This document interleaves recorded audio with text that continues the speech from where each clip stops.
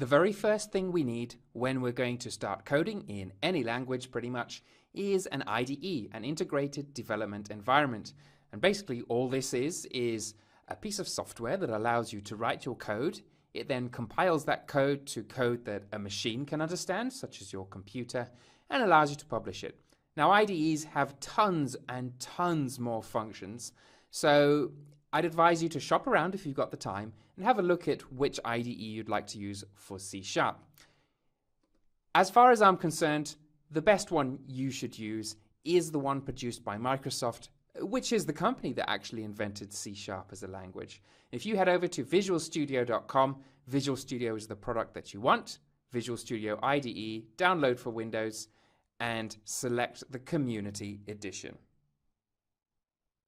Once the file completes, simply run it and select Visual Studio Installation, check the Universal Windows platform, as well as .NET Desktop development. There are tons of other things that you can browse here that allow you to develop in other languages like C++, which is actually what C# is based on, as well as things like, where is it? There it is, cross-platform mobile app development, if that's something that you want. So go ahead, install those features, those top two, Universal Windows and .NET Desktop development, and once you've done that, we should be ready to go.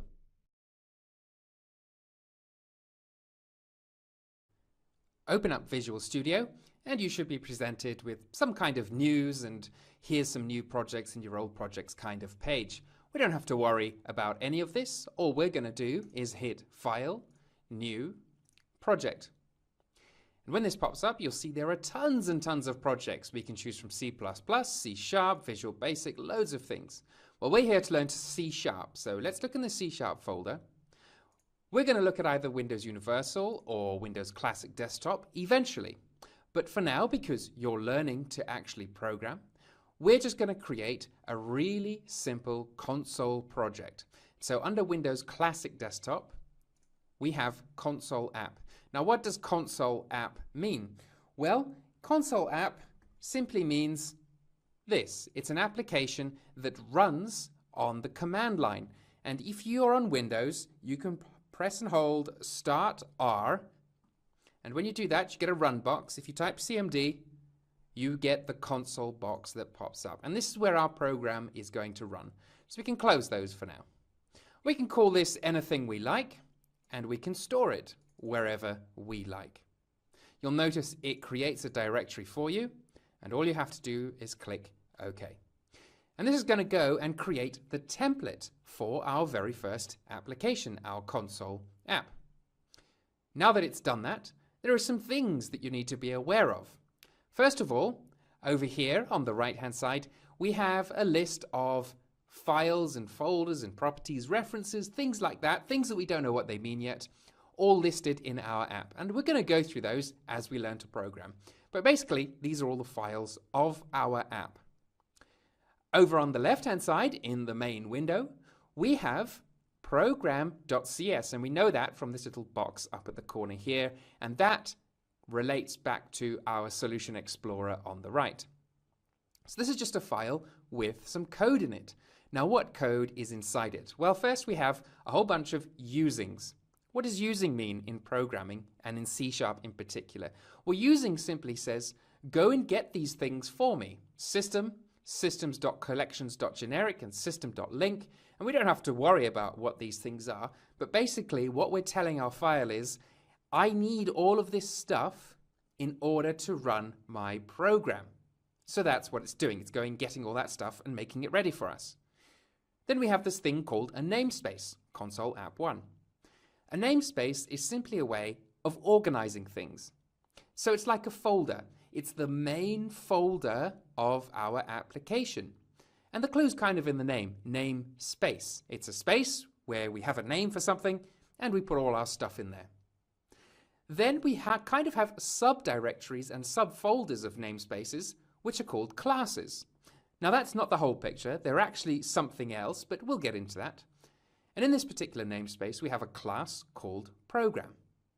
Now, it's important to know that you can't have two classes that are called the same thing, obviously, because when you use the classes in your programming career later on, your program's going to say, I don't know which class you actually mean, so it'll give you an error. Underneath class, we have something called static void main. Now don't worry about what all those words mean. Basically, when we create a C# or a .NET app, really, static void main is the place where everything begins. So it's kind of the starting point for the application, because when you fire up software, it needs to know, hey dude, where am I starting from? And that is where your .NET app starts from. And speaking of starting, how do we start our application? Well, in Visual Studio, it's pretty simple. There's this little button at the top called Start. And if we click it, what Visual Studio is going to do is take all of that code that it's created by itself at the moment, we haven't written anything, and it is going to compile it. So basically that means it's going to translate it into something that a computer can understand. So that's one thing you have to know about coding. When we're coding in a certain language, that language is structured so that we as humans can understand it. But that language doesn't necessarily mean anything to a computer. So what we have to do is go through this process called compiling, where we translate what we've written in language we understand into basically ones and zeros that a computer will understand and know what to do with. So if you're following along, hit the Start button and you'll notice something happens. One of those console lines pops up briefly and then it disappears. So let's try that again.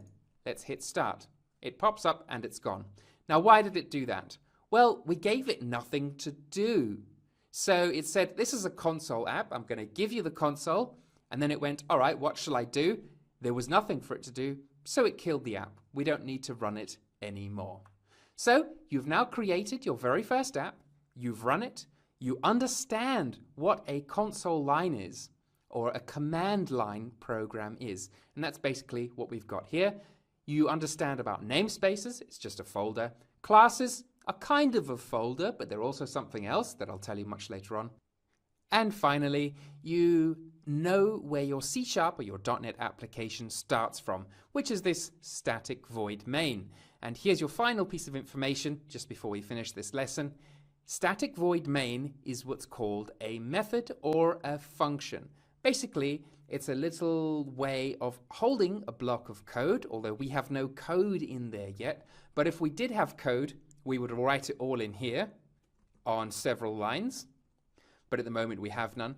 And that little holding block holds that code, and when we do what's called calling the function, it executes the code inside of that function or method. And I'll tend to use these words, function and method, interchangeably because lots of languages use them interchangeably and there's no harm in doing so.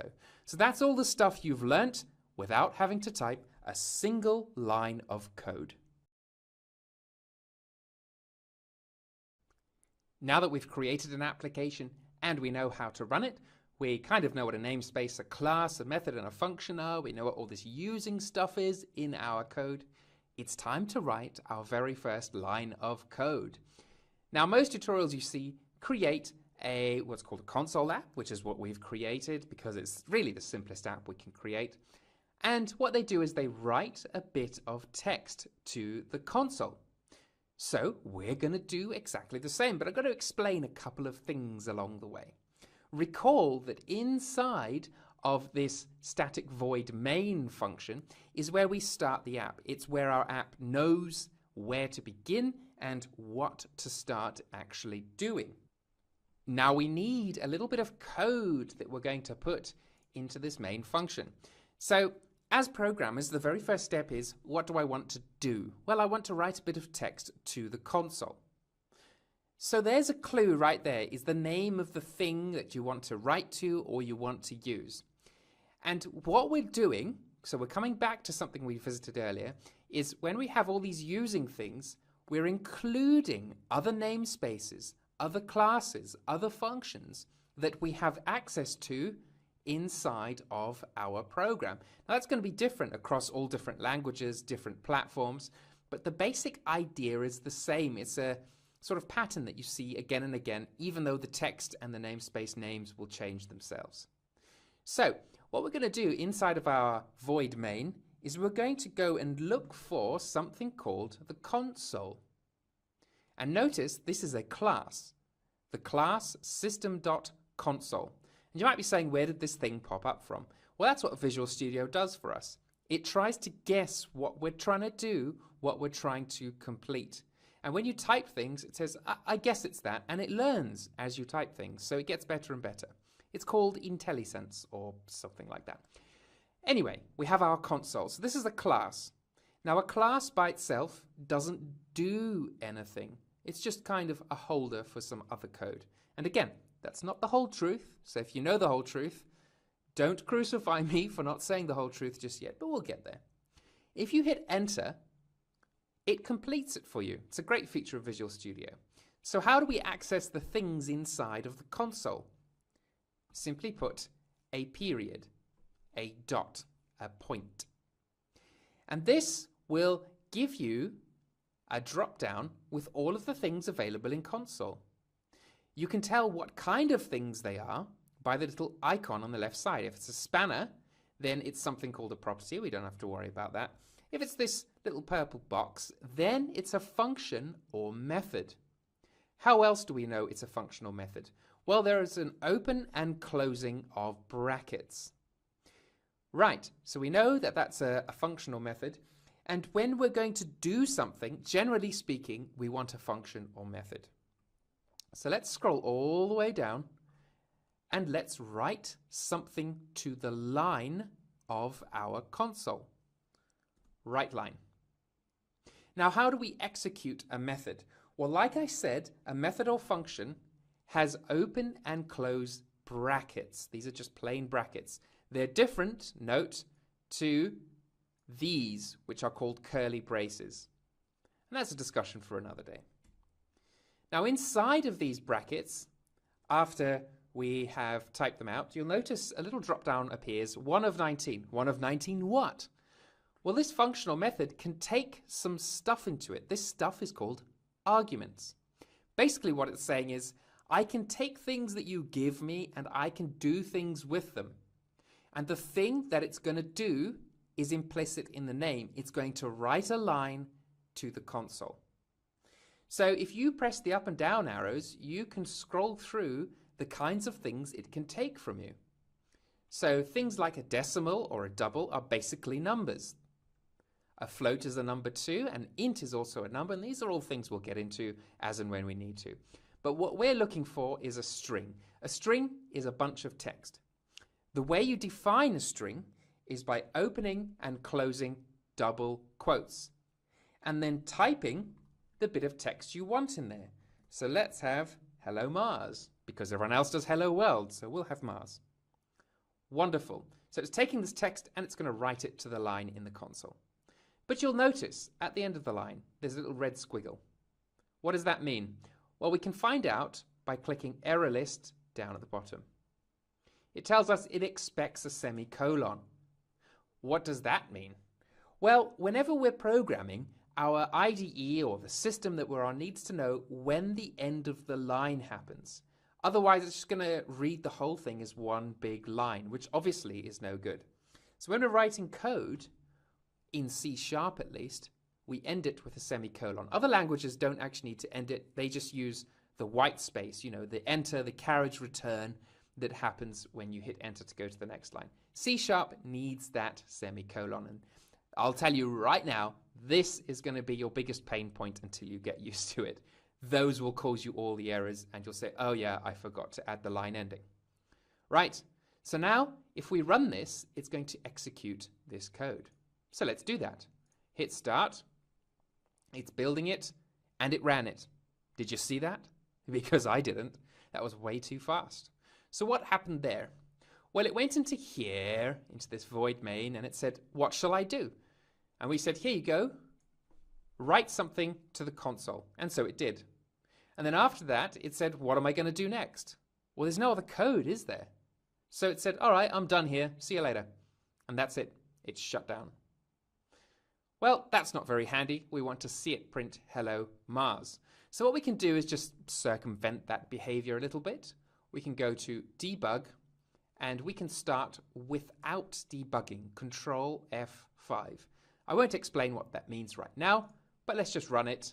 And there we have, hello Mars, press any key to continue.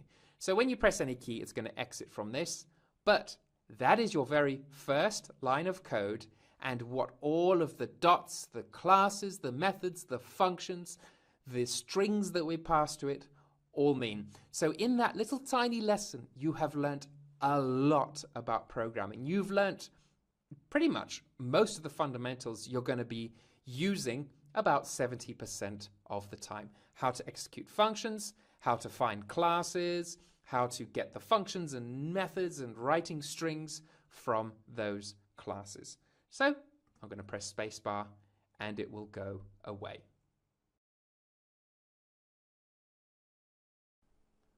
Would you like to access the bonus content for this course? The bonus content includes getting rid of that really annoying bug whenever we hit start and our little console pops up and then disappears.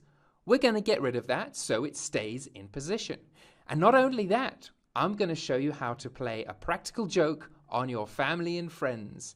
And that practical joke involves getting the application that you've just created, putting it into the startup folder of their Windows computer, and then whenever you click it, it's going to show them a message. Or whenever they start up their computer without them knowing, it's going to pop up with this screen and say something like, "Stop eating my cookies, stop going in my room."